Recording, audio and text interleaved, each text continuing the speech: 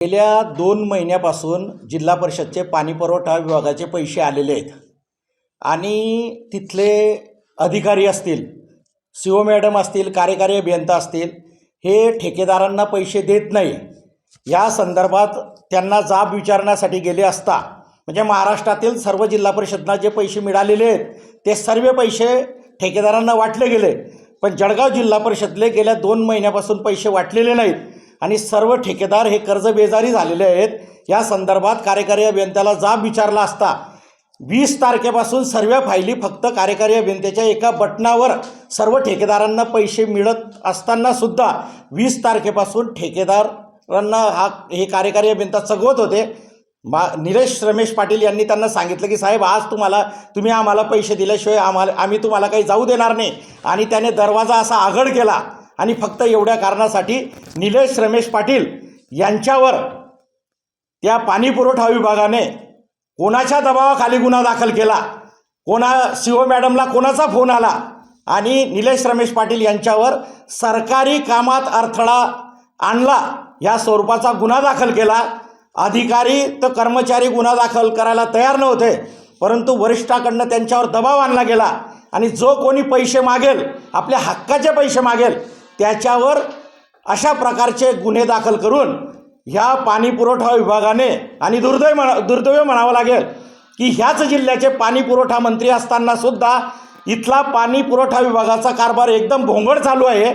आणि कोणी जर त्यांना प्रश्न विचारायला गेलं तर निलेश रमेश पाटील, तो माझा मोठा मुलगा आहे, त्याच्यावर सरकारी कामात अडथळा निर्माण केला अशा स्वरूपाचा गंभीर गुन्हा दाखल केला, त्याचा आम्ही निषेध करतो। आणि या CO मॅडमला आपल्या पत्रकार परिषदमार्फत प्रश्न विचारतो की मॅडम, महाराष्ट्रात सर्व जिल्हा परिषदमध्ये पाणी पुरवठ्याचे पैसे आलेले असताना सर्व जिल्हा परिषदमध्ये फक्त 5 दिवसामध्ये पैसे वाटले गेले, आपले पैसे येऊन 2 महिने झाले तरीसुद्धा हे पैसे वाटले गेलेले नाहीत, हा विभाग आपल्या अंडरमध्ये येतो, तर आपलीसुद्धा तेवढीच जबाबदारी आहे।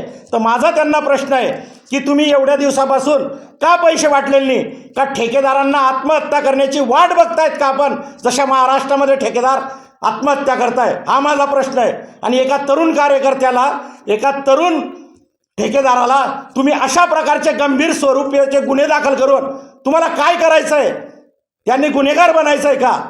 त्यांनी आत्महत्या करायची का दुसऱ्याची हत्या करायची का कायदा हातात घ्यायचा? तर असं न करता आपण सर्व ठेकेदारांना, जळगाव जिल्ह्याच्या सर्व ठेकेदारांना न्याय द्यावा अशी मी विनंती करतोय आपल्या पत्रकार परिषद मार्फत। नेमकं प्रशासनावर कोणाचा दबाव आहे आपल्याला असं वाटतं? आता हे साहजिक आहे ना, कोणाचा दबाव असेल? जर ह्या जळगाव जिल्ह्याचे पालकमंत्री पाणी पुरवठा मंत्री आहेत आणि त्यांच्या विभागाचे पैसे 2-2 महिने जर ठेकेदारांना मिळत नसतील आणि हे सर्व ठेकेदार 4 वेळा स्पाट दिला गेलेले असतील तरीसुद्धा जर या ठेकेदारांना पैसे मिळत नसतील तर गुलाबराव पाटील यांनी सुद्धा त्याचं उत्तर दिलं पाहिजे।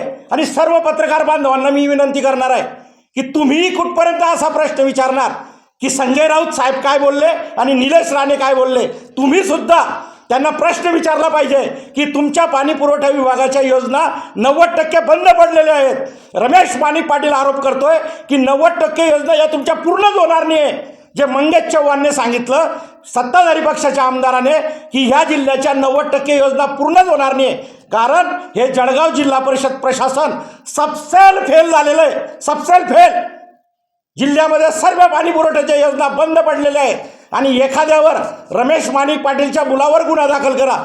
माझ्या मुलाचा मला अभिमान आहे की जळगाव जिल्ह्यातल्या सर्व ठेकेदारांसाठी त्याने स्वतःवर गुन्हा दाखल करून घेतला, म्हणून मी माझ्या मुलाला शाबासकी देतो। त्याने कुठलाही कायदा हातात घेतला नाही। त्यांना सांगितलं की जर तुम्ही आमचे पैसे दिले नाही तर उद्याच्याला इथे तरुण ठेकेदार हे आत्महत्या करतील आणि त्यांनी आत्महत्या करू नये। 20 तारखेपासून तुमच्याकडे सर्व कॉम्प्युटरमध्ये रेडी असताना 1 सेकंदाचं काम फक्त तुमचं बटन दाबायचं आहे, म्हणून तुम्ही का वितरित करत नाही? फक्त एकाच योजनेचं उदाहरण देतो मी।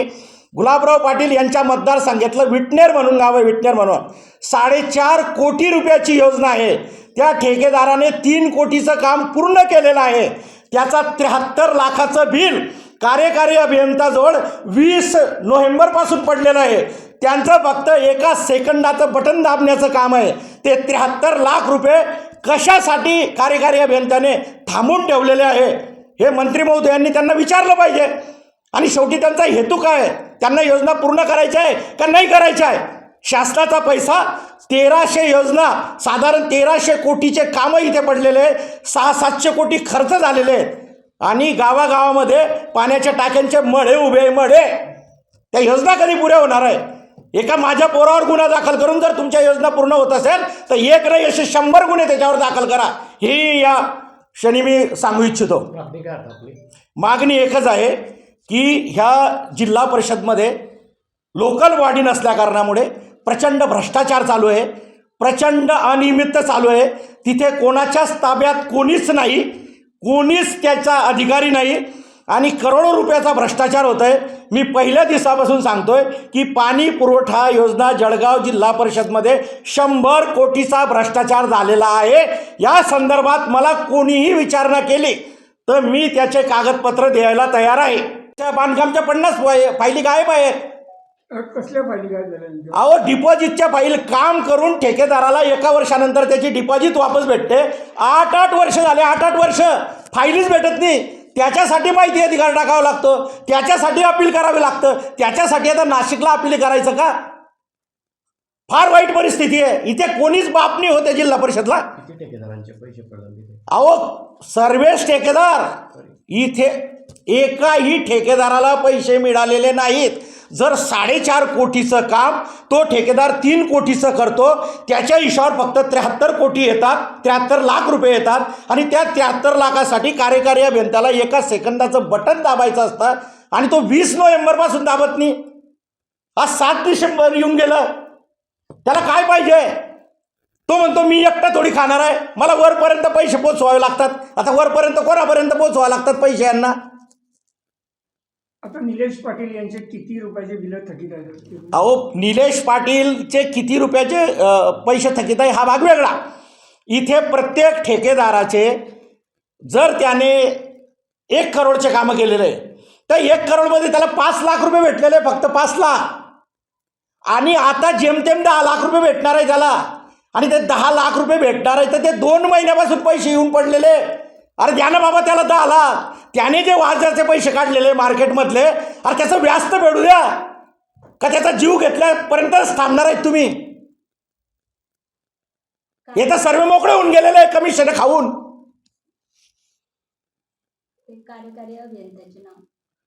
कार्यकारी अभियंत्याचं नाव राहुल जाधव म्हणून आहे आणि फिर्यादी किशोर निकम आहे.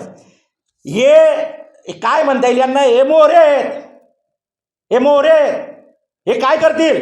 जोपर्यंत सीओ मॅडम त्या फाईलवर सही करत नाही तोपर्यंत पैसेच भेटू शकत नाही ना.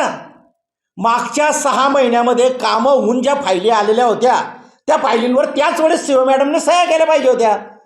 मॅडम पैसे आल्यावर त्याच्यावर सह्या करतायत आणि निलेश पाटील सारखा एखादा आवाज उठवतोय त्याच्यावर अशा प्रकारचा गुन्हा दाखल, सरकारी कामात अडथळा, अशा प्रकारचा गुन्हा दाखल. काय करेल तो?